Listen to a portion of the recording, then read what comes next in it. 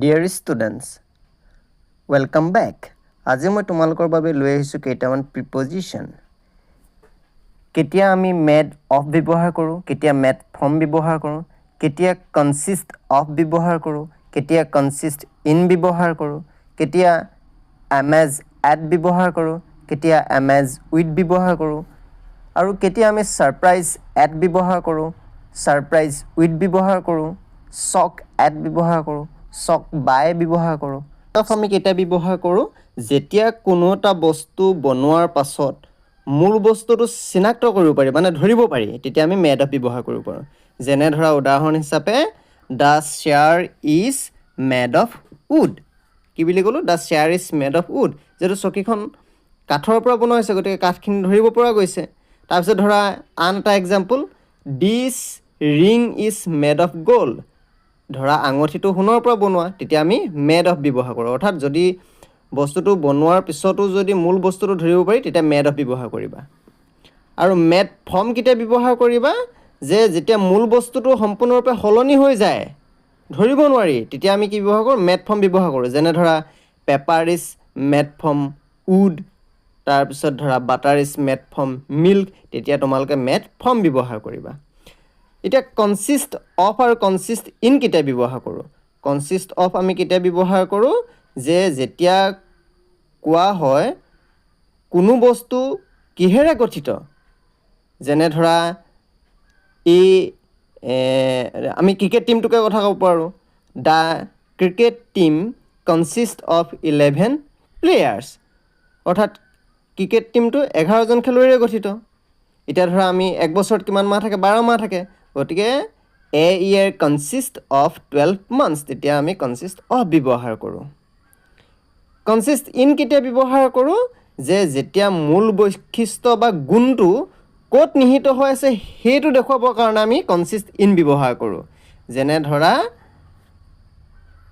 Happiness consist in helping others, তেতিয়া আমি consist in ব্যৱহাৰ কৰোঁ। তাৰপিছত ধৰা হাৰ্ডৱৰ্ক, ছাকচেছ কনচিষ্ট ইন, ছাকচেছটো ক'ত কনচিষ্ট ইন হৈ আছে? হাৰ্ডৱৰ্কত কনচিষ্ট ইন হৈ আছে।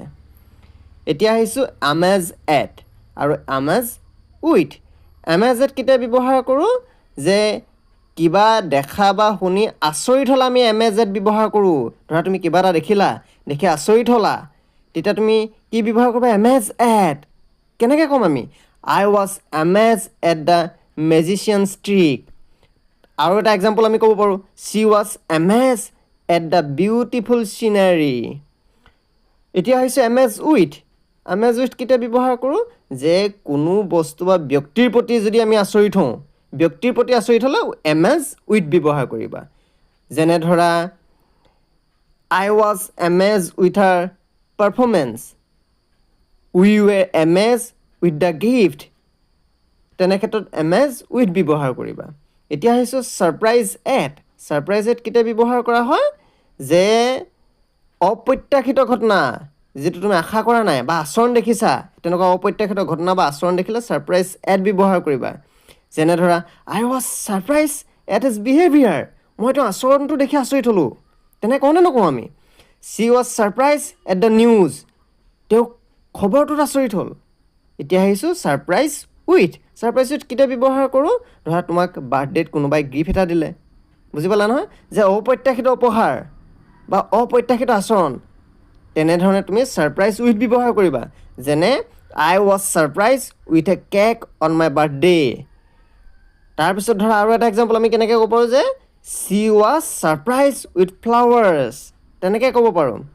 এতিয়া আহিছোঁ শ্বক এট। শ্বক এট কেতিয়া ব্যৱহাৰ কৰোঁ? যে যেতিয়া আমি দুখজনক কথা শুনো, যেতিয়া আমি কোনো বেয়া লগা বা দুখ লগা কথা শুনো, তেনে খবৰ শুনি যেতিয়া আমি দুখ লগা খবৰ শুনি আচৰিত হওঁ, তেতিয়া শ্বক এট ব্যৱহাৰ কৰোঁ।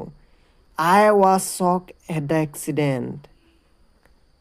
আৰু শ্বক বাই কেতিয়া ব্যৱহাৰ কৰোঁ? শ্বক বাইটো পেচিভ ভইচত ব্যৱহাৰ কৰোঁ আমি সাধাৰণতে, বুজি পালা নহয়? She was shock by the sudden news. তেনেকৈ যেনে ধৰা আমি শ্বক বাইটো কাৰ দ্বাৰা বা কিহৰ দ্বাৰা আচৰিত হওঁ, তেনে ক্ষেত্ৰত আমি শ্বক বাই ব্যৱহাৰ কৰোঁ। I was shock by his rude words.